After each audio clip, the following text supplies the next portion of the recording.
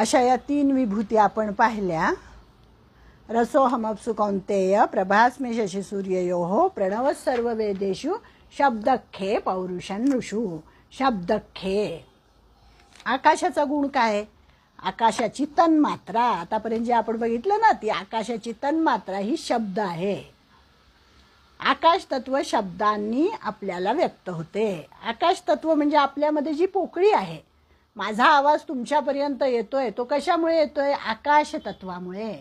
आपल्यामध्ये जी पोकळी आहे त्याच्यामुळे आपल्याला ते ऐकू येतं. बापरे. आकाशाची पोकळी आपल्याला दिसते, ते व्यक्त आहे, पण त्यातला जो शब्द आहे तो मात्र अव्यक्त आहे. तो आपल्याला जाणून घ्यावा लागतो. तो आपल्या प्रत्ययाला येत असतो, अनुभूती त्याची होत असते आपल्याला. जसं पृथ्वी व्यक्त आहे, पण गंध ही तिची तन्मात्रा मात्र अव्यक्त आहे. गंध दाखवता येत नाही, तो कळतो आपल्याला. म्हणून भगवंत म्हणतात, जे जे व्यक्त रूप आहे त्याच्या मागचे जे अव्यक्त रूप आहे ते माझे आहे. आकाशाचा शब्द, पृथ्वीचा गंध मीच आहे असं भगवंत म्हणतात. त्याच्यानंतर पुरुषांमधला पुरुषार्थ मी आहे, पराक्रम मी आहे, पौरुषन ऋषू. म्हणजे या सगळ्या मानवांमधला पराक्रम कोण असेल तर तेही माझीच विभूती आहे, तो मीच आहे. म्हणजे एखादं सत्कर्म जेव्हा आपल्या हातून घडतं तेव्हा आपण काय म्हणायला पाहिजे? हे त्या परमेश्वरांनी माझ्याकडनं करून घेतलं. तो परमेश्वरच त्याचा करता असतो, म्हणून करता करविता आपण त्यालाच म्हणतो. आणि एखादी जर वाईट गोष्ट घडली आपल्या हातून तर तेव्हा मात्र ती परमेश्वराने केली असं म्हणायचं नसतं. तर तेव्हा त्याचं जे हे आहे ते आपल्याकडे घ्यायचं असतं, स्वतःकडे. स्वतःच्या चुकीमुळे ते झालेलं आहे असं म्हणायचं असतं. कारण की कसं, त्यांनी सांगितलं अधिष्ठान मीच आहे, सगळं माझ्यापासूनच निर्माण झालेलं आहे. परंतु सत्व रज तम या गुणांमुळे माझी वागणूक तशी होते आणि त्याप्रमाणे माझं वागणं होतं. पुरुषार्थ कोण असेल तर परमेश्वराचेच रूप आहे. म्हणून पुरुषार्थ करावा. आपल्याकडे म्हटले आहे, मर्दे तकवा सोडू नये असं समर्थांनी म्हटलेलं आहे. म्हणजे आपला उत्साह कधीही टाकू नये. भगवंत प्राप्त होईलच अशी दृढ श्रद्धा आपल्या चित्तामध्ये, मनामध्ये, अंतःकरणामध्ये धारण करावी. मी या मनुष्य जन्माला आलेले आहे आणि माझं ध्येय काय आहे तर परमेश्वराची प्राप्ती हे माझं ध्येय आहे आणि कधी ना कधी ते साध्य होणारच आहे असा पुरुषार्थ मनामध्ये, अशी श्रद्धा मनामध्ये ठेवावी आणि तसा पुरुषार्थ करावा, तसं कर्म करावं.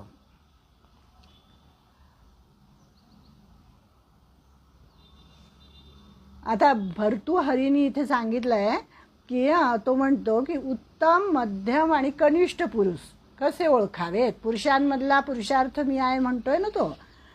तर मध्यम कोण, कनिष्ठ कोण, आणि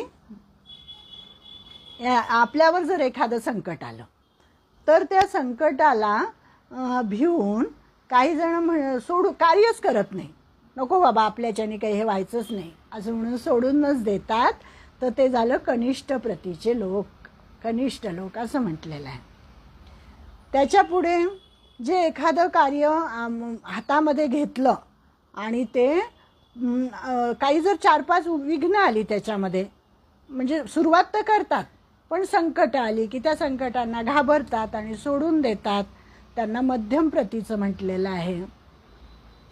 आणि हाती घेतलेलं कार्य मी तडीस नेणारच हे माणसाचं ब्रीद असलं पाहिजे. त्याला उत्तम जन असं म्हटलेलं आहे. उत्तम प्रकारचे लोक ते असतात. 2 ऋषींची कथा इथे सांगितलेली आहे त्यांनी की 2 ऋषी होते म्हणून ते तपश्चर्येला बसले. तर परमेश्वराचं दर्शन, परमेश्वराने आम्हाला दर्शन द्यावं म्हणून ते तपश्चर्या करत होते. अनेक वर्ष लोटले आणि त्याच्यानंतर त्याच्यामधला जो पहिला ऋषी होता त्याला भगवंताचा आवाज ऐकू आला म्हणे. आणि भगवंत म्हणाले, वत्सा मी तुझ्यावर प्रसन्न झालो आहे. अरे केवढी सुंदर तपश्चर्या तू करतो आहेस, आता मी तुला लवकरच दर्शन देणार असं भगवंताचा आवाज त्याला ऐकू आला. त्यावेळी ते ऋषी म्हणाले आणखी किती वर्ष देवा मला तपश्चर्या करावी लागणार? हे असं बोलल्याबरोबर भगवंत म्हणतात आणखी 5 सहस्त्र वर्ष तुला तपश्चर्या करावी लागेल. मग हे ऐकल्यावर परत तो म्हणतो म्हणजे आत्तापर्यंत केलेली तपश्चर्या फुकट गेली का? सगळी वायाच गेली म्हणायची. त्यावेळी भगवंत म्हणतात तुला एवढ्या लवकर काही माझं दर्शन होणार नाही. 5 सहस्त्र काय, आधी मी म्हटलं 5 सहस्त्र, पण आता 5 लाख वर्षातही तुला माझं दर्शन होणार नाही. म्हणजे बघा हा फरक कसा आहे. मग दुसऱ्या ऋषींकडे गेले. मग दुसऱ्या ऋषींनाही पण आवाज आला असा की मी तुला प्रसन्न झालो आहे, केवढी विलक्षण तपश्चर्या तू करतोय. त्यावेळेला ते ऋषी जे होते ना त्यांच्याकडे शरणागत भाव होता, जो या 7व्या अध्यायाचा मूळ गाभा आहे. तर ते म्हणाले भगवंता आपण केवढे करुणाघन आहात. माझ्यासारखा अतिशय तुच्छ मानव ज्याची पात्रताही नाही, काही संतांच्या चरणरजा इतकी सुद्धा माझी पात्रता नाही असा मी, पण आपला मधुर स्वर माझ्या कानावर पडला. आपण म्हणालात की मी तुला तू केवढी छान तपश्चर्या करतोय, मी तुला प्रसन्न होणार, मी केवढा भाग्यवंत आहे, आपण मला दर्शन देणार म्हणता. देवा कितीही वर्ष आपण मला दर्शन अजून नाही दिलं ना तरी सुद्धा कितीही वर्ष लागले, 10 सहस्त्र वर्ष जरी लागले तरी सुद्धा मी तुमची तपश्चर्या करतच राहील. आणि हे ऐकलं मात्र भगवंतानी. आणि भगवंत म्हणतात की अरे तू तर आत्ताच मुक्त आहेस. आणि त्या क्षणी भगवंतानी त्या ऋषीला दर्शन दिले. म्हणजे अंतःकरणामधला भाव कसा आहे त्याला महत्त्व आहे. आपण फक्त की मला मिळायला पाहिजे, मला मिळायला पाहिजे, अजून का नाही मिळालं, अजून का नाही मिळालं, असा जर आपल्या मनामध्ये भाव असेल तर तो भगवंत फार दूर आहे असं ते म्हणतात. आणि मी करतोय, स्वधर्म करतोय माझा, फक्त ते दर्शन देणं न देणं त्याच्या हातात आहे, पण मी माझं कर्तव्य करतोय. प्रारब्ध वाट्याला येऊ नये म्हणून प्रतिज्ञा केली आणि भगवंताला साकडे घातले तरी काही होणार नाही, प्रारब्ध वाट्याला येणारच. ते आपण कर्मच तसं केलेलं आहे, त्यामुळे ते आपल्याला फळ त्याचं भोगावंच लागणार. पण मग पुरुषार्थ कसा गाजवायचा? तर भगवंताला शरण जाऊन पुरुषार्थ गाजवायचा, स्वार्थाकडून परमार्थाकडे जायचं. आणि त्याच्यामधली जी पायरी आहे ती आहे पुरुषार्थाची. आणि म्हणून मानवांमध्ये मी पुरुषार्थ आहे असं भगवंत म्हणतात. पौरुषम ऋषू म्हणजे मानवांमधला पुरुषार्थ मी आहे. पुण्योगंध पृथिव्यांच म्हणजे पृथ्वी पावन आहे, पंचमहाभूतांपैकी एक आहे, तिचा पुण्यगंध म्हणजे सुरभी म्हणजेच गंध. पृथ्वी ही गंधरूपा आहे. तेजश्चास्मी विभावसो म्हणजे प्रत्यक्ष सूर्यामधलं तेज सुद्धा मी आहे, त्या तेजातली प्रभा मी आहे, नव्हे नव्हे प्रत्यक्ष सूर्यच मी आहे असं भगवंत म्हणतात. त्यानंतर जीवनम सर्वभूतेषु सगळ्यांचे जीवन जर कोण असेल तर ते मीच आहे. प्राण हे सगळ्यांचे जीवन असते. प्राणाशिवाय काहीच नाही आहे आपल्या या शरीरामध्ये. जरी बाकीची इंद्रिय कितीही जरी महत्त्वाची असली तरी सुद्धा प्राण अतिशय महत्त्वाचा आहे. प्राण गेला की काय होतं? माणसाचं शव पडून राहतं. एकदा म्हणे काय झालं, सगळ्या इंद्रियांमध्ये भांडण लागलं की मी सर्वात श्रेष्ठ आहे. मी कान म्हणाले मी सर्वात श्रेष्ठ आहे, नाक म्हणालं मी सर्वात श्रेष्ठ आहे, डोळे म्हणाले मी सर्वात श्रेष्ठ आहे. मग या सगळ्या वादाचा निर्णय काही होईना. मग सगळेजण गेले प्रजापतीकडे आणि प्रजापतीला विचारलं त्यांनी की आमच्यामध्ये श्रेष्ठ कोण आहे, तुम्हीच सांगा. मग प्रजापतीने सांगितलं की तुमच्यापैकी जो कोणी हे शरीर सोडून जाईल आणि त्याच्यामुळे दुसऱ्याचं काहीही अडणार नाही तो श्रेष्ठ असं सांगितलं. मग प्राणांना वाईट वाटू नये म्हणून प्रजापतीने असे पर्यायाने उत्तर दिले. प्रथम काय झालं, वागींद्रिय म्हणजे त्वचा किंवा काय 1 वर्षभर शरीराच्या बाहेर राहून परत येऊन म्हणाले माझ्या वाचून हे शरीर जिवंत कसे राहू शकले. म्हणजे वाक म्हणजे काय, वाणी म्हणजे तो वाणी सोडून गेली त्या माणसाला वागींद्रिय म्हणजे वाणी, आणि मग तो मुका झाला. मग तो जरी मुका झाला तरी हावभावांनी वगैरे त्याला बोलता येत होतं, त्याला डोळ्यांनी दिसत होतं, बाकी सगळे व्यवहार त्याचे चालू होते, म्हणजे काहीही अडलं नाही. चक्षू सोडून गेले एकदा, म्हणजे डोळे आंधळे असतात ते सुद्धा सगळा व्यवहार करतात, बहिरे असतात ते सुद्धा सगळा व्यवहार करतात. म्हणजे हे झालं चक्षु, श्रोत्र. मन सुद्धा एखाद्या वेळेस जर हे असेल, दुश्चित्त मन असेल तरी सुद्धा शरीराचं काही अडत नाही, शरीराचे व्यवहार चालू राहतात. परंतु जेव्हा प्राण या शरीरातून बाहेर जाऊ लागला तेव्हा सगळ्या इंद्रियांच्या लक्षात आलं की प्राण हा किती महत्त्वाचा आहे. आणि ते म्हणाले की तूच आमचा स्वामी आहेस, तूच आमच्यामध्ये सर्वश्रेष्ठ आहेस, तर प्राणा तू काही आम्हाला सोडून जाऊ नको, या शरीराला सोडून जाऊ नको, असं त्यांनी सांगितलं. म्हणजे काय, जीवनम सर्वभूतेषु, जीवन म्हणजेच प्राण आहे, आणि या सर्व भूतांमध्ये भगवंत हेच आपला प्राण आहे. ओम प्राणाय स्वाहा, ओम अपानाय स्वाहा. आपण नैवेद्य दाखवताना ह्या 5 वायूंची नावं घेतो, म्हणजे तो भगवंताला अर्पण होतो. त्याच्या पुढे आहे तपश्चास्मी तपस्विषु, म्हणजे जे तपस्वी लोक आहेत त्या तपस्वी लोकांमधलं तप म्हणजे मी आहे, मी सगळ्या तपांचे तप आहे असे भगवंत सांगतात. सगळे जे तपस्वी तप करायला बसतात त्यांचे जे सात्विक भाव आहे, शुद्ध अतिशुद्ध असं जे तप आहे ते मी आहे. मग तपासाठी यांनी आदर्श उदाहरण कोणाचं सांगितलं आहे? पार्वतीचं. अपर्णा म्हणतात ना पार्वतीला. पार्वतीने शंकर आपले पती व्हावे म्हणून तप केलं होतं. आणि ते तप कसं केलं होतं तिने?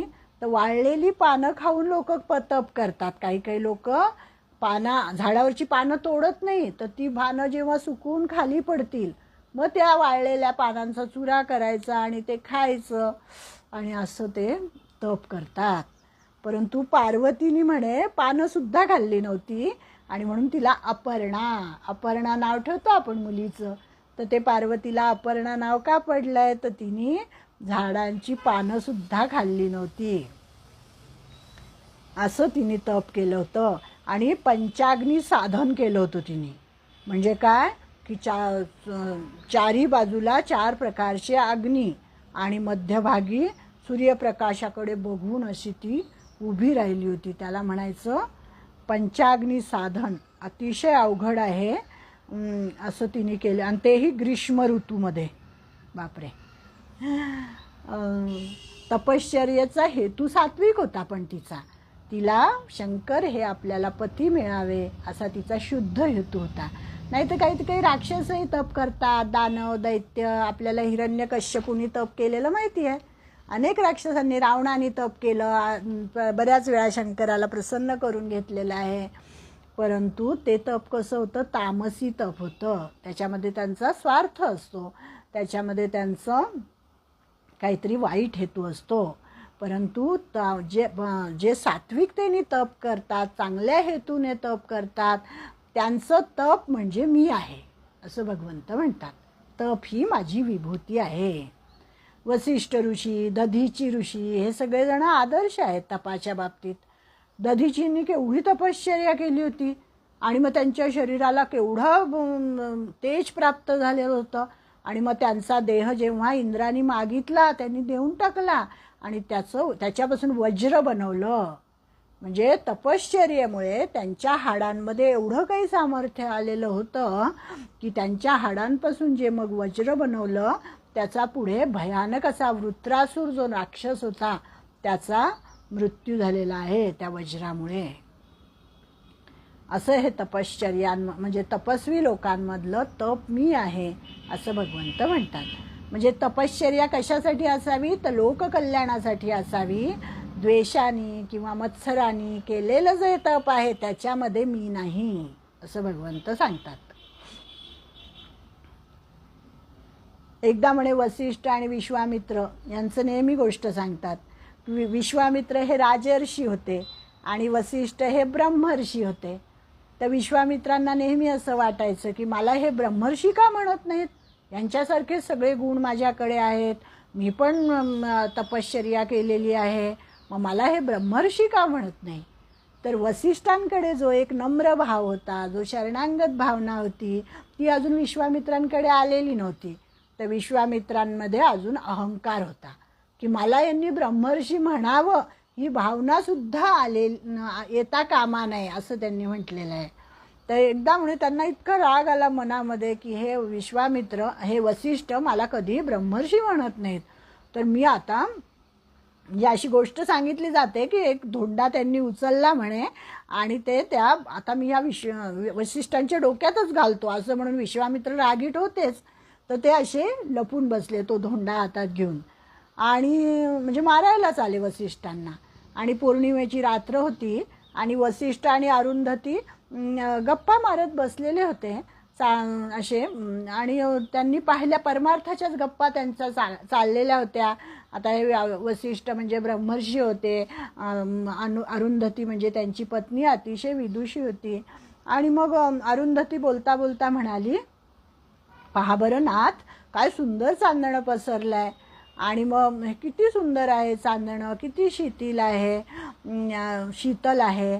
असं वाटतंय की परमेश्वराचा कृपाहस्तच अंगावरून फिरतोय. आणि हे सगळं विश्वामित्र ऐकत होते बाजूला असे लपून. आणि असं ती म्हणत असताना वसिष्ठ हसले. आणि वसिष्ठाच्या मनामध्ये कधीही असा वाईट भाव नव्हता विश्वामित्रांबद्दल, चांगलाच भाव होता त्यांच्या मनात. तर ते काय म्हणाले, अगं हे चांदणं किती सुंदर आहे, कसं आहे सांगू का तुला. तर हे चांदणं म्हणजे जणू काही विश्वामित्रांच्या तपश्चर्येसारखं सुंदर आहे आणि शीतल आहे. आणि हे शब्द जेव्हा त्यांनी ऐकले विश्वामित्रांनी, त्यांच्या हातातला धोंडा तिथल्या तिथे गळून पडला आणि त्यांच्या मनातला अहंकारही गळून पडला. आणि ते धावत धावत आले आणि त्यांनी वसिष्ठांपुढे लोटांगण घातलेलं आहे. आणि मग वसिष्ठ तेव्हा म्हणाले की अहो ब्रह्मर्षी उठा, तुम्ही आता खरे खरे ब्रह्मर्षी झालात. की तुमच्या मनामध्ये जे काय थोडाफार अहंकार होता, जो काय द्वेष होता, जो काय मत्सर होता, त्याचा सगळ्याचं निराकरण झालेलं आहे आणि तुम्ही आज ब्रह्मर्षी झालेले आहेत. म्हणजे अहंकाराचं किंचित स्फुरण जरी असलं तरीसुद्धा ती माझी विभूती नाही होत असं भगवंत म्हणतात. तर माझी विभूती म्हणजे काय की अहंकार रहित असलेला तेज, तप म्हणजे माझी विभूती आहे असं त्यांनी सांगितलेलं आहे. असं हे तप आहे. मग नंतर आहे बीजम माम सर्वभूतानाम, अव्यक्त, अव्यय, अजरामर असे जे प्रणव ओंकाराचे बीज आहे, बीजाक्षरे म्हटलं ना आपण प्रणवाला, तर ते मी सर्व भूतांच्या मध्ये आहे असं भगवंत सांगतात. विद्धी पार्थ सनातनम. आणि हे बीज कसं आहे, अतिशय सनातन असं हे बीज आहे, कधीही नष्ट न होणारं असं हे बीज आहे. अनादी आहे, अनंत आहे. आपण त्याला अव्यक्त बीज हे नाव देतो. म्हणजे वस्तुतः त्याला नावही नाही आहे, त्याला रूपही नाही आहे, म्हणून ते अनादी आहे, अनंत आहे. आणि ते बीज म्हणजे सर्वांचे आदी कारण मीच आहे. परमात्मा हे सर्वांचं बीज आहेत.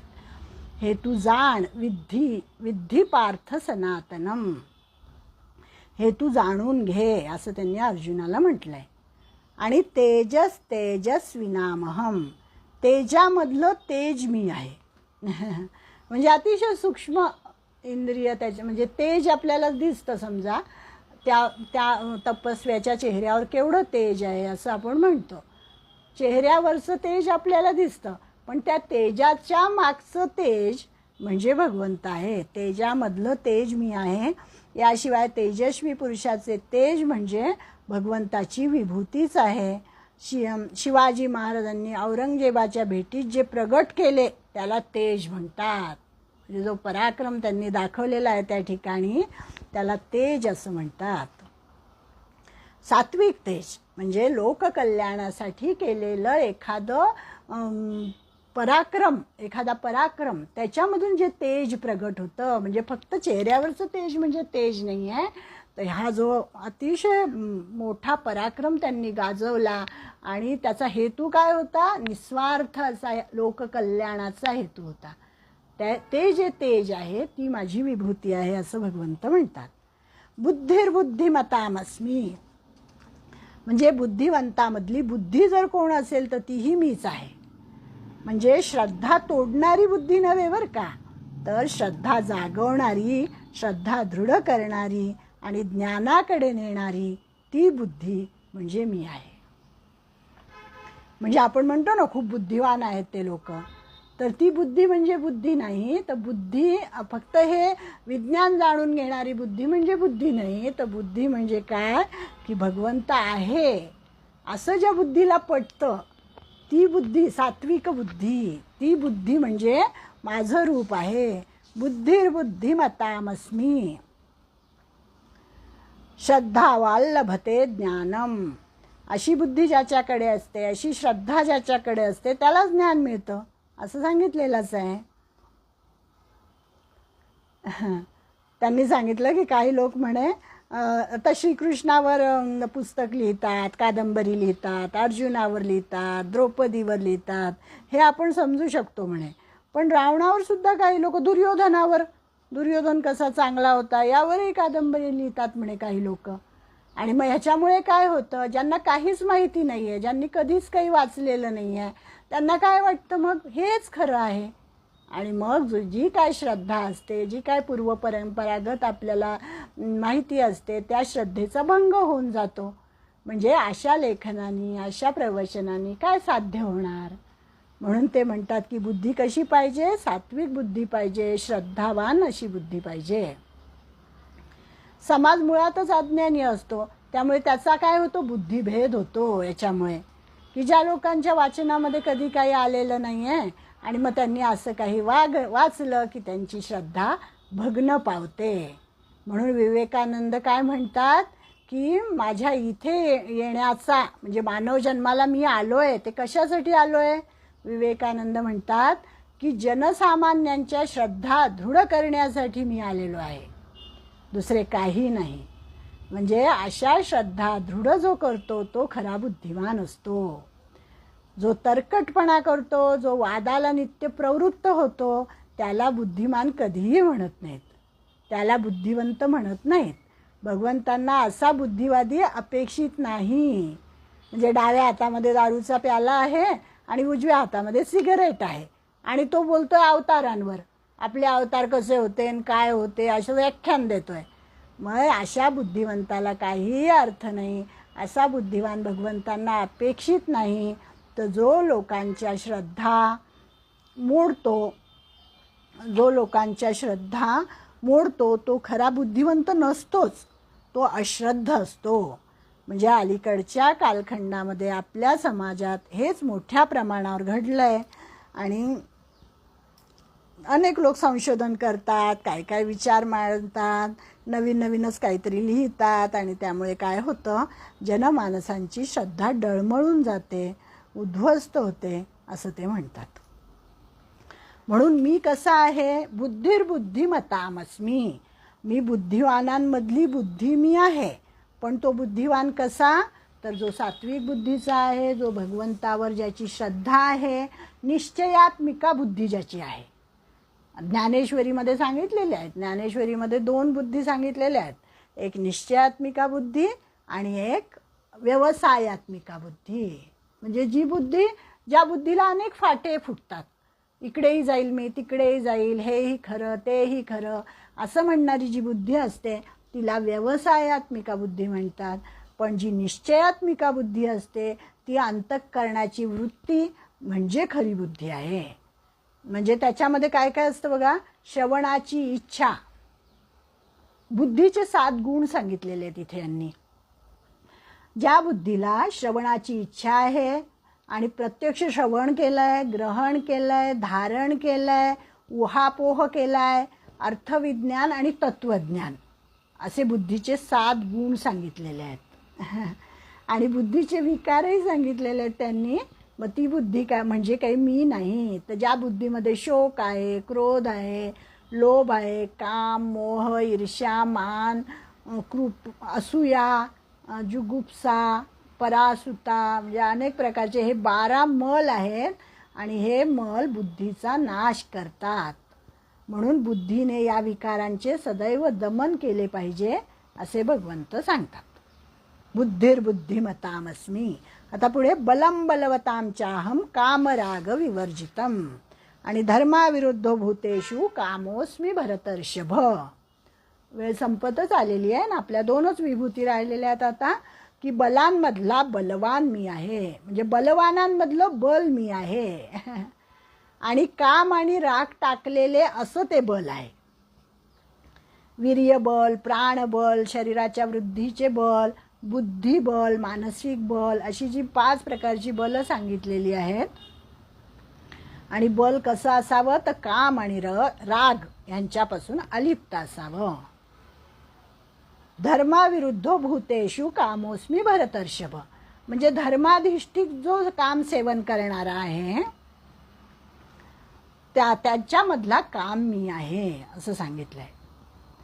भगवंताची कामाची फारच उत्तम अशी व्याख्या भगवंतानी केली आहे की काम हा पुरुषार्थ आहे. भारतीय संस्कृतीचा एक महान पुरुषार्थ मानला जातो.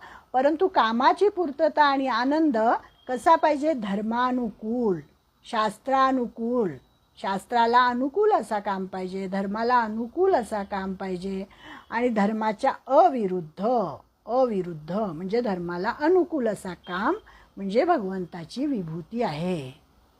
आपल्या तुकाराम महाराजांनी म्हटलंय, पराविया नारी रखुमाई समान, हे गेले नेमून ठाईचे ती. म्हणजे असा आदर्श आपल्या संतांनी ठेवलेला आहे की दुसऱ्याची नारी म्हणजे कशी आहे? माझ्या माते समान आहे, असा काम पाहिजे. इतुके करी भलत्या परी, परद्रव्य परनारी, सांडुनी अभिलाषांतरी, वर्ते व्यवहारी सुखरूप. तुकाराम महाराजांचं तर एवढं कौतुक सांगतात, एवढं सांगतात की या जगामध्ये जे काही विषय आहेत असंख्य, त्यांच्या अभंगामध्ये त्या सगळ्याचा उल्लेख झालेला आहे. म्हणजे एकही विषय असा नाही आहे की त्या अभंगामध्ये तुम्हाला सापडणार नाही. 4,500 अभंग आहेत आणि त्या सगळ्या अभंगांमध्ये प्रत्येक म्हणजे कुठलाही अभंग आपल्याला समजून घेतला तर आपल्याला असं वाटतं की अरे आपण हे जीवन जगतोय हे असंच आहे खरं. इतका त्यांनी ते अभ्यास करून त्यांनी ते अभंग लिहिलेले आहेत. असं हे म्हणजे मानवाने धर्माधिष्ठित अर्थ व काम सेवन करावे हा याच्यातला भावार्थ आहे. म्हणजे भगवंताच्या अशा 14 विभूती यांनी सांगितलेल्या आहे. किती? 8 ते 11 या श्लोकामध्ये.